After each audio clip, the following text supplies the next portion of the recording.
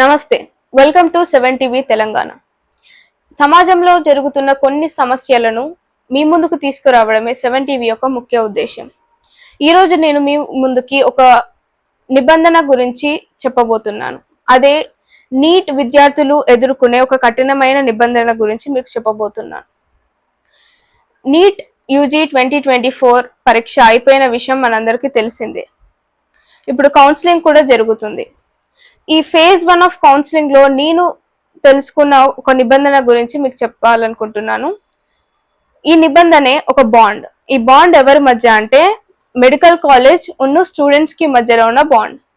ఈ బాండ్ ప్రకారం ఈ బాండ్ ఏం అడుగుతుందంటే, ఒకవేళ ఆ విద్యార్థి ఎవరైతే మెడికల్ కాలేజ్ లో జాయిన్ అవ్వాలి అని అనుకుంటున్నారో ఆ విద్యార్థి కనుక ఫ్యూచర్ లో ఎప్పుడైనా ఆ చదువు మధ్యనే డ్రాప్ అవుట్ అవుతే అంటే డిస్కంటిన్యూ చేస్తే అప్పుడు వాళ్ళు 20 లక్షలు పెనాల్టీగా చెల్లించాలి అనేది బాండ్.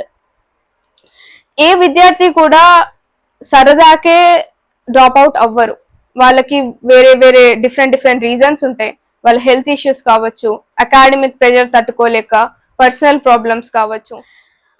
సరే, డ్రాప్ అవుట్ అవుతారో అవ్వరో అనే విషయాన్ని పక్కన పెడదాం. ఈ బాండ్ ఇంకొక కండిషన్ కూడా అడుగుతుంది. అదే ఇద్దరు ఇన్కమ్ ట్యాక్స్ పేయర్ల సిగ్నేచర్. ఎంతమందికి ఇద్దరు ఇన్కమ్ ట్యాక్స్ పేయర్లు అవైలబుల్ గా ఉంటారు? ఒకవేళ అవైలబుల్ గా ఉన్నా కూడా ఎంతమంది ముందుకు వస్తారు? ఒకవేళ మీ పాపో, మీ అబ్బాయో, మీ అమ్మాయో డ్రాప్ అవుట్ అవుతే మీరు ఆ పెనాల్టీని చెల్లించలేని స్థితిలో ఉంటే మేము మీ బదులు కడతాము ఆ పెనాల్టీని ఎంతమంది ముందుకు వస్తారు? నాకు తెలిసిన చాలా మంది కూడా ఈ బాండ్ లో ఈ సిగ్నేచర్, ఈ ఇన్కమ్ ట్యాక్స్ పేయర్ల సిగ్నేచర్ కోసం ఇబ్బంది పడడం నేను చూశాను. అది నాకు చాలా బాధగా అనిపించింది. సరే, ఒకవేళ స్టూడెంట్ డ్రాప్ అయితే నష్టం అవుతుంది కదా, సీట్ లాస్ అవుతాం అని అనుకుందాం. సరే, ఈ విషయాన్ని కొంతసేపు మనం పక్కన పెడదాం. ఇంకొక ముఖ్యమైన విషయం, ఇట్లాంటి సిచ్యువేషన్నే మనం ఇప్పుడు అడ్రస్ చేద్దాం. అదే ఆర్ పొలిటికల్ లీడర్స్, మన పొలిటికల్ రిప్రజెంటేటివ్స్ ఎవరైతే ఉన్నారో వాళ్ళు ఎన్నికైన తర్వాత, అంటే ఎన్నుకోబడ్డ తర్వాత, ఎలక్ట్ అయిన తర్వాత, ఎలక్షన్ లో గెలిచిన తర్వాత వాళ్ళు 5 సంవత్సరాల్లో వాళ్ళు రిప్రజెంట్ చేయాలి, వాళ్ళు రూల్ చేయాలి. కాకపోతే మనకు తెలిసినంత వరకు కొంతమంది ఏం చేస్తున్నారంటే మధ్యలోనే రాజీనామా చేసి వెళ్ళిపోతున్నారు. దానికి రీజన్స్ పంతాలకు పోయి ఛాలెంజ్లు విసురుతూ మళ్ళీ గెలుస్తానని చెప్తూ మళ్ళీ అదే పొజిషన్ కి కంటెస్ట్ చేస్తున్నారు.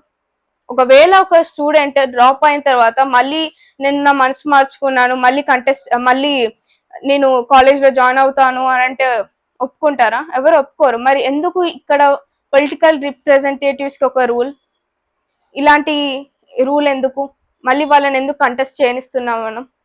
ఒకవేళ ఒక స్టూడెంట్ కనుక డ్రాప్ అవుతే మనకి పెద్దగా నష్టమేం లేదు. సరే, సీట్ పోతుంది, ఒక సీట్ వేస్ట్ అవుతుంది, ఒక విద్యార్థికి ఎవరికో సీట్ అవ్వాల్సింది వాళ్ళకి అన్యాయం జరుగుతుంది అని అనుకుందాం. కాకపోతే పెద్దగా నష్టమేం లేదు. కాకపోతే ఒక పొలిటికల్ రిప్రజెంటేటివ్ ఎవరైతే ఉన్నారో వాళ్ళు కనుక రిజైన్ చేస్తే, రాజీనామా చేస్తే మనకి కోట్లలో నష్టం. ఎవరి డబ్బు? ఈ కోట్లన్నీ ఎవరి?